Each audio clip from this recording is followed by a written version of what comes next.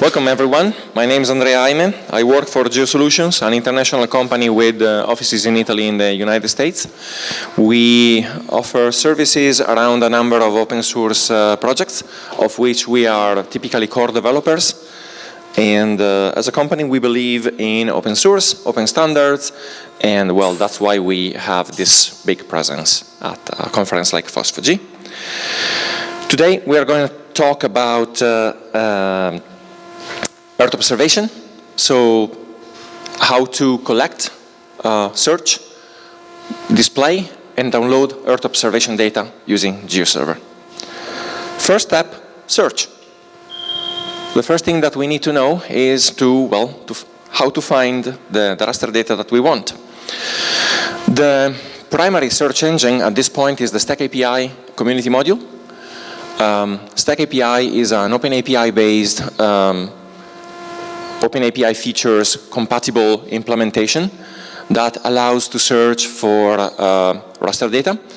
The idea is that you have collections, which are uniform sets of products which are retrieved from satellites. The single product is typically a scene, but it could be something else. It could be a composite. And the product then links to assets. The assets are the single files that compose the product. It could be the raster bands of a Sentinel-2, 13 different files at different resolutions, but then also the metadata and any other information attached to the product. And the idea is that this API allows you to locate all the images which are relevant to your use case and then fetch directly the files that you need out of them. This is a screenshot of the landing page of a STAC API. As an OGC API, it has, of course, a landing page, which is your entry point. As you can see, you can get the list of collection, the cross-collection search endpoint, which allows to perform queries across different satellites if you need, and a list of queryable that allows to build complex filters like give me everything in this area within this time range with cloud cover less than 30%, with, I don't know, snow cover less than 10%, and so on and so on. This is a customized version of the collections page.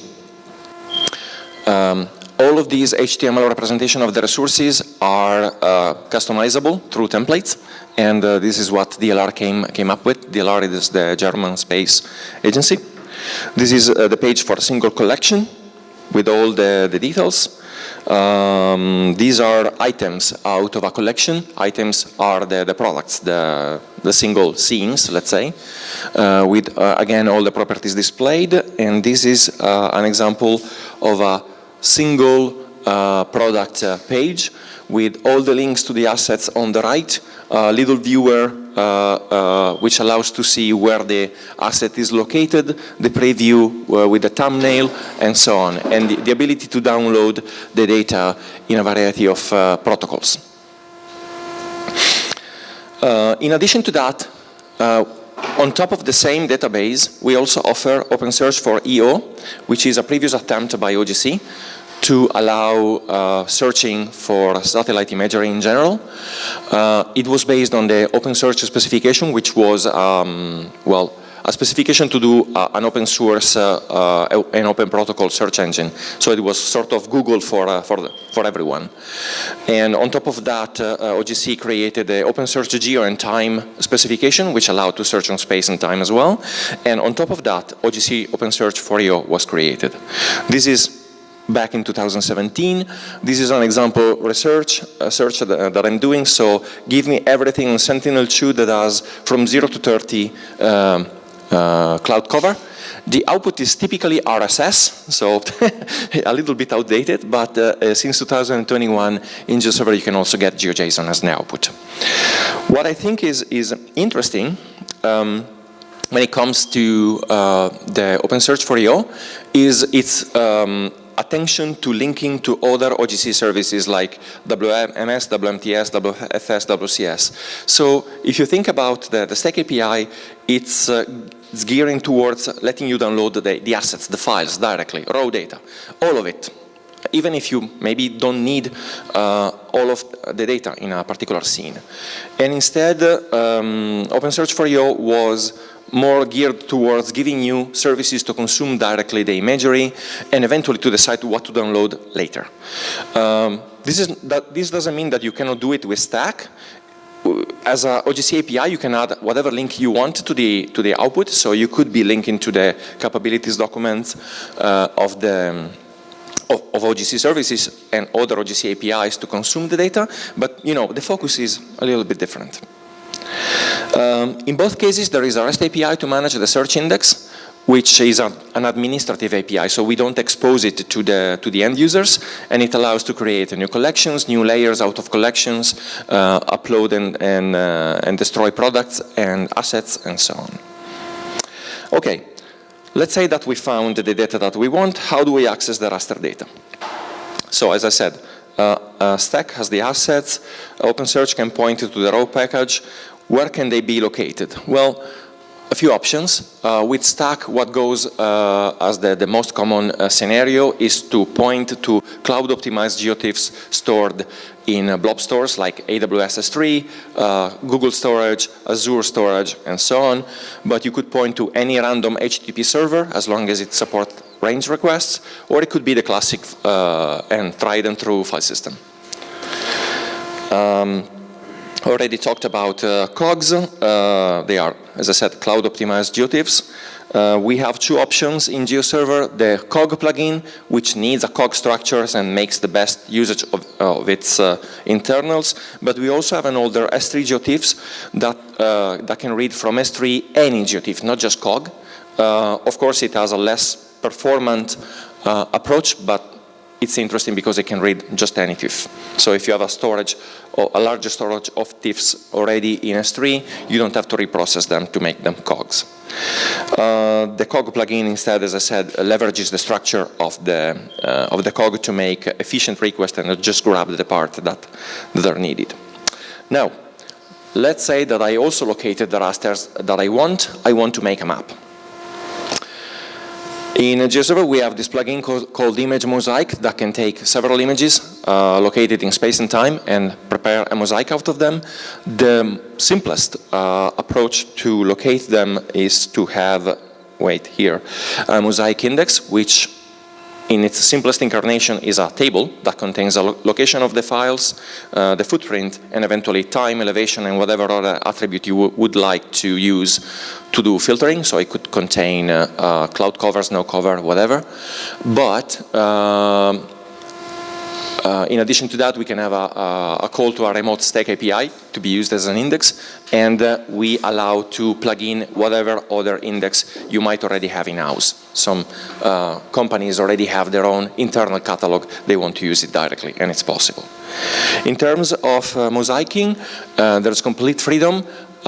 You can have images in the mosaic with different coordinate reference system, different resolution, different color model within reason. We can mix RGB and gray and having alpha or not having alpha. And so, yeah, you can put together a variety of things. In terms of dimensions, as I said, they are typically attributes in the index table that can then be exposed through WMST. So the capabilities document will contain the list of available times. If you have a very large catalog, that becomes a little bit problematic because the capabilities document will become too big. In that case, we have a second protocol that allows to discover what times are available for a given location in space, or what run times are available for a given predicted time if you're doing weather forecasts and stuff like that. It's not an OGC API. It's one thing that we grew during a testbed with OGC, but it didn't become a standard. So, in terms of indexing, as I said, relational database, but you can use the internal STAC server as an index for the image mosaic. So through that administrative REST API, I can tell GeoServer, okay, could you please create for me an image mosaic out of that collection, taking these 3 bands and make a false color image? Boom, it's done. You can create that virtual layer on the fly. You can use an external STAC API as an index. So I go to one of these I don't know, Sentinel-2 Landsat 8 STAC API, and I underline API, not catalog. I need something which is dynamic that allows me to do queries. And I can use that as my index for the image mosaic, doing all the filtering that I want to do using the search endpoint. So again, filter by any attribute attached to the products. If you want to download the presentation later, I got a bunch of documentation links from the reference documentation and the trainings. We will have them also later for the other sections. Okay, image mosaic, the fun stuff. Well, as I said, we can do filtering and sorting. This is pretty important when doing a display of multiple images, because maybe you wanted to put on top the less cloudy images when you are displaying a range of images, or maybe the most recent images instead.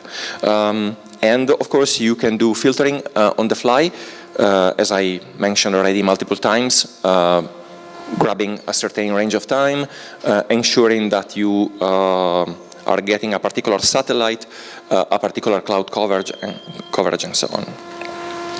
You can do coverage views. Coverage views are this interesting idea that I can take eventually multiple files that I have on disk, which are separate rasters, and bring them together to form a virtual raster, a virtual multi-band raster. So we do it all the time with Sentinel-2 because there are 13 files at different resolution, 10, 20, and 60 meters, and we put them back together into a virtual 10 meters raster, which is resampled on the fly as needed. And we do it also, for example, when you have wind maps. You maybe have a netCDF with two variables, which are the projection of the vector of the wind on the two axes. We put them back together from the two variables into one, and then with those two values, we can do wind maps. I just mentioned native multi-coverage support. This is exactly the Sentinel-2 case where I have all the files and I'm bringing them together into a virtual raster. In GeoServer, we recently developed better support for hyperspectral imagery. So what's hyperspectral? Well, once upon a time we had images which were so well behaved. 1 band, 3 bands, 4 bands, all the same resolution and so on. Then we started having this sensor that could do multiple resolution, multiple wavelengths, and we went multispectral. 10 bands, 20 bands pushing it. And now we have these sensors that can do 200 bands, 1,000 bands, and these are called hyperspectral. Of course, having to deal with this many bands creates a problem of its own. Size, when it comes big, it's always a problem of its own. And so we had to improve the GeoServer ability to handle files with 200 bands or more. Documentation links for you later. How do we visualize? Well, WMS, of course, eventually with time support to know which times are available. Then once we have time, we can do filtering, and this is nice because it's part of the standards, so a standard client can do filtering on the fly without using any GeoServer specific extension.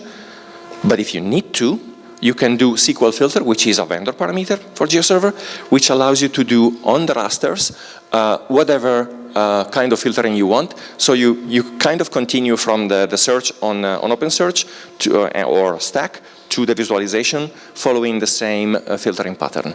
And you can also sort by cloud cover or time if you want. You can do rendering transformation on the fly, which is this idea that we can take WMS and WPS and put them together and transform data on the fly before rendering it.